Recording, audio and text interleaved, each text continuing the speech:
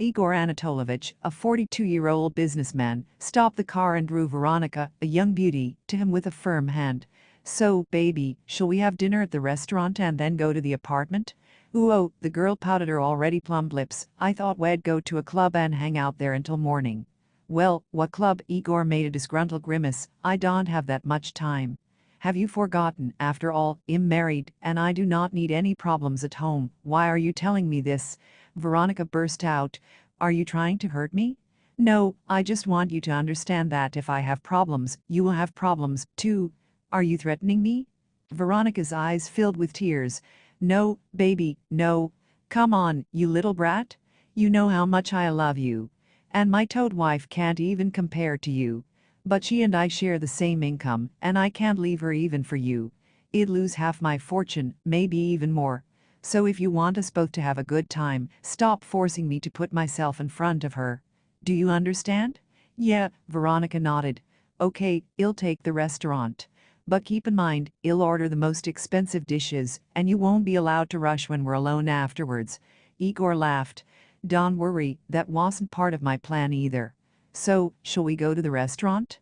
There's a really great place that opened recently, all my friends loved it, and I haven't been there yet. I suggest we try the new cuisine, and we'll do it right now." Veronica smiled, nodded, and turned to the window, and Igor pressed the gas, turning to the avenue. When he told Veronica about his wife, he did not exaggerate in any way. On the contrary, he did not tell the girl the whole truth. And above all, because he was extremely dissatisfied with his life. He had lived almost 40 years, but squandered those years in mindless tossing and turning, which he took for the search for happiness. Igor was born and raised in a wealthy family, and never knew need. His parents adored their only son and fulfilled his every whim. And so it was up to his 14th birthday. And then the boy's happy and carefree life was torn in two. His father and mother told him they wanted to divorce him. "We haven't loved each other for a long time," his mother told Igor, "and tried to save our marriage only for your sake. But now that you are an adult, we have decided that we no longer want to waste our time. I hope you won't judge us and understand." Stunned, Igor jumped to his feet. "Daddy, what is she saying?" "She's telling the truth. Mom has been seeing another man for a long time, and she really wants a divorce. And I want to get the long-awaited freedom, which I miss so much. Our relationship with her is outdated. There's no point in trying to repair it." "And what about me, did you think?" shouted Igor. "What am I going to do now? Where will I live? And, most importantly, for what?" "Live for yourself," my father answered. "After all, it's your life.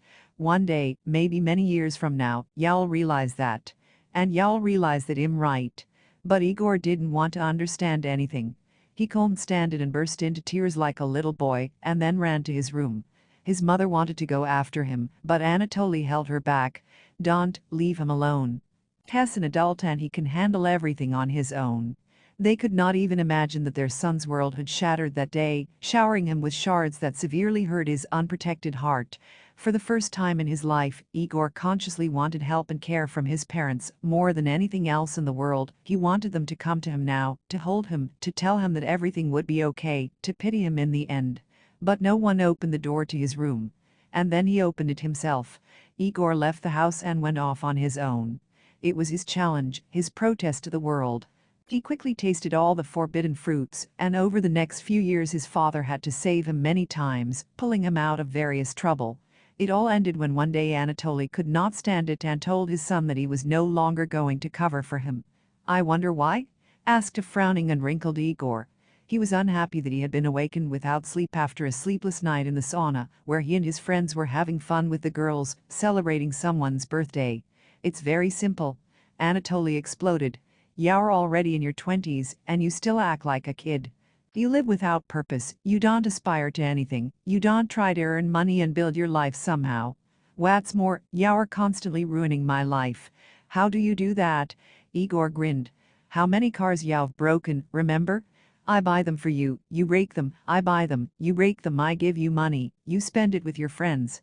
Wasting your time on bench chicks? You think that's okay?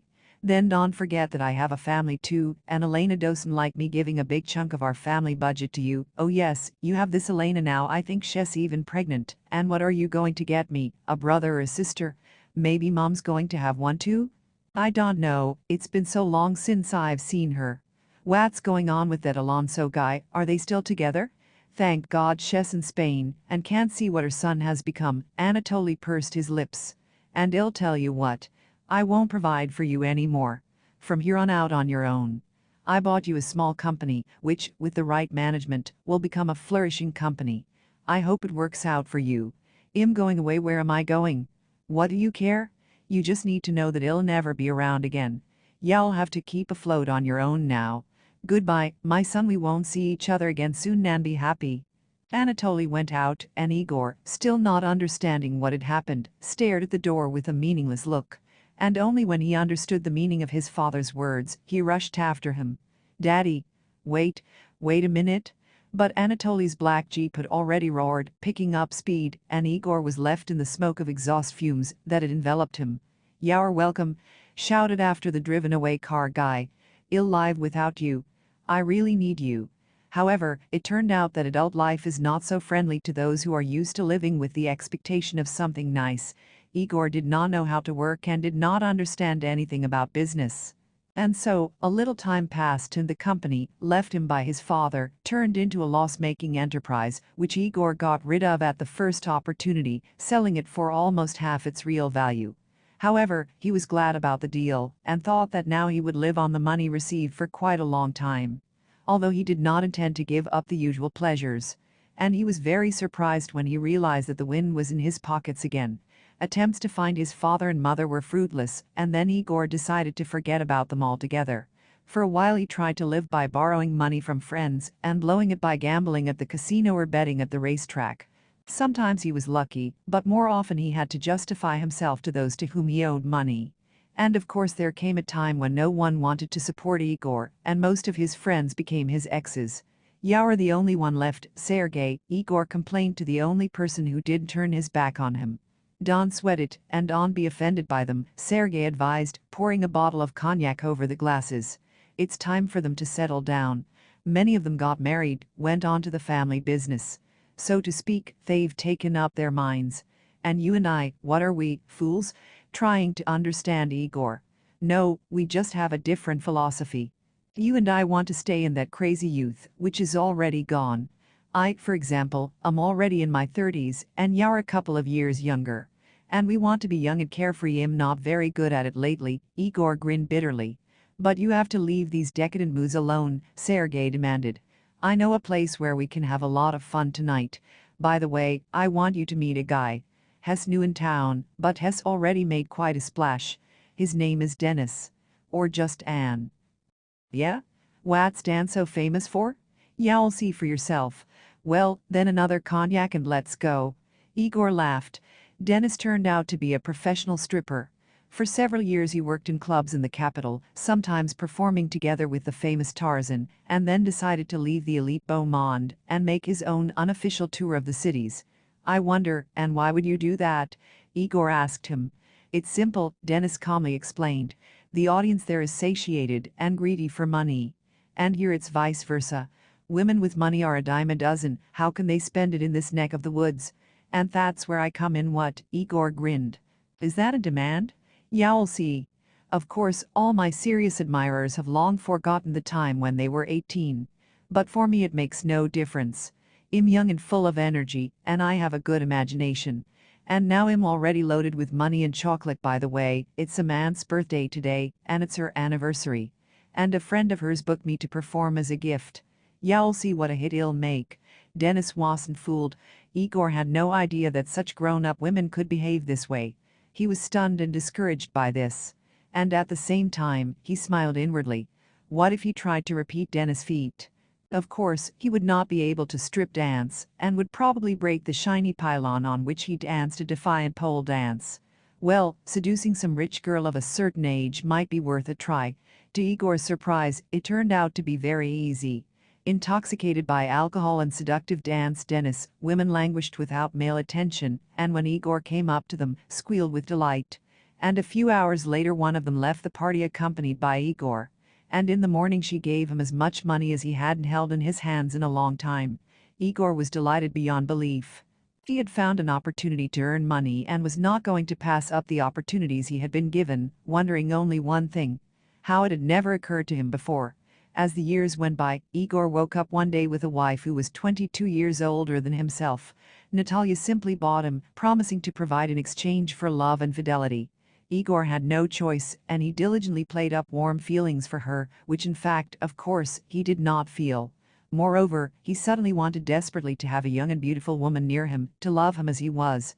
But fate, as if in a mockery, made it so that he himself fell in love. This girl worked as a courier and often delivered to their home some little things, which Natalia God knows where prescribed. Igor did not pay attention to her at first, he never noticed the attendants at all. But one day her hat flew off her head, and he saw in front of him a green-eyed beauty with a mind-boggling smile. "I'm sorry," the girl deftly gathered her hair and tucked it back under her headdress. "I'm so awkward today." Igor did not hear her words, thinking only about one thing: how good she was. After a little silence he asked her name. "Irina," she smiled again. "Irina, I want to meet you," said Igor, thinking for some reason that she would agree. But in response the girl only frowned slightly. "This is unnecessary, please sign for receipt." And Ilgo Igor automatically signed, but when he wanted to take her hand, Irina slipped out and disappeared behind the door. From that day on, Igor lost his peace. He found out where she worked, waited for her in the evenings, gave her flowers, candy, all sorts of trinkets. He confessed his love, kneeled in front of her, but Irina remained adamant. "Igor, you're married. I will never meet a married man. I will divorce," he promised. "You don't have to do this," sighed the girl. "I don't want to feel guilty about it. You will still be mine," he assured her. "I will not calm down." Irina said nothing and left. One evening she was to take an order to a new address. She unsuspectingly went to perform her duties, but as soon as she rang the doorbell and it opened, Irina cried out in indignation. There was Igor in front of her, and he was quite drunk. In an instant he grabbed her by the arm and dragged her into the apartment, slamming the door. Irina resisted as best she could, but he was unstoppable. Torn from the girl's clothes were already on the floor, she was wearing only her underwear, and there was no salvation to wait. Suddenly Igor pulled away and laughed. "What are you wearing?" Irina hurriedly jumped up, covering her hands. And Igor continued to laugh, pointing his finger at her. "But you're just a beggar? And you pretend to be a queen? In such a shameful in your underwear, no one will want you. Ha ha ha. Now I understand why you didn't want to undress. You were afraid he'd see the holes in your underwear? Ha ha ha." Unable to keep from laughing, Igor pushed his face into the pillow. When he looked up again, Irina was no longer in the apartment. The next day Igor wanted to find her to apologize, but she disappeared, as if she had never existed. Igor's life returned to its usual course. He still lived with his wife, who paid for all his desires, from time to time made young mistresses, carefully hiding from his wife his absconding, and every morning he woke up thinking that a long tedious day awaited him again, joyless and grey. More and more often he felt empty and unnecessary. Even his wife, Natalia, looked at him more and more with a kind of either contempt or bewilderment, and less often demanded that he be alone with her.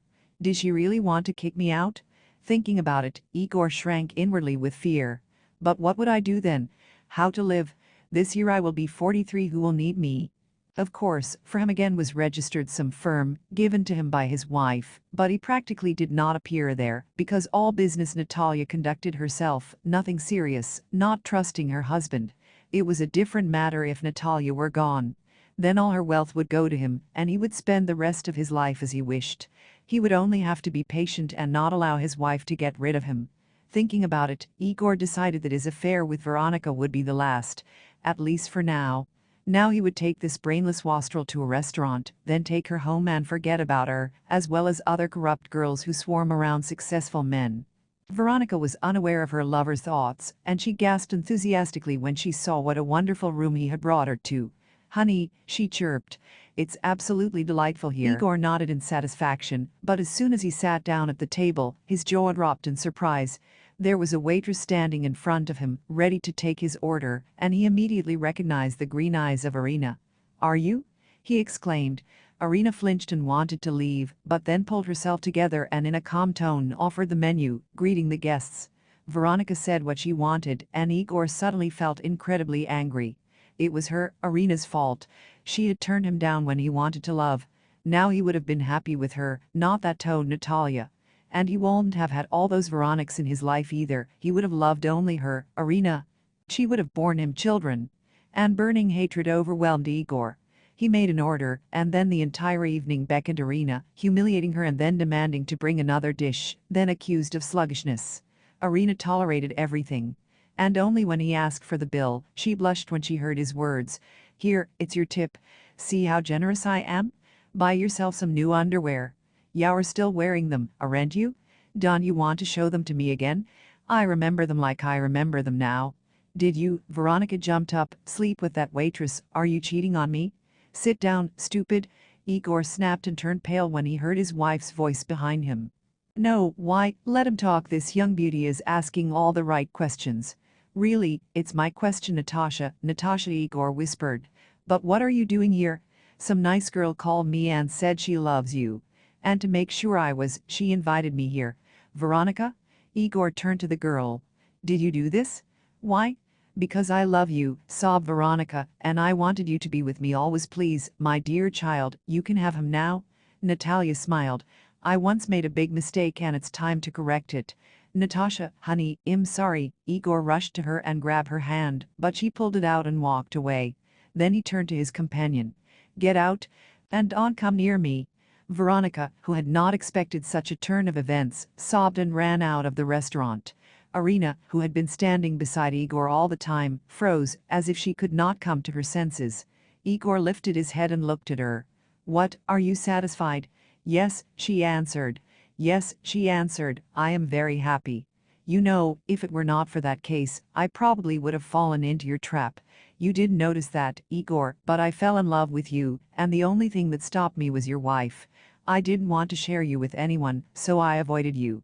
I was afraid I couldn't stand you. You wooed me too handsomely. Your taunts tore the veil from my eyes. You thought I was poor and would take all the abuse, didn't you? But you didn't.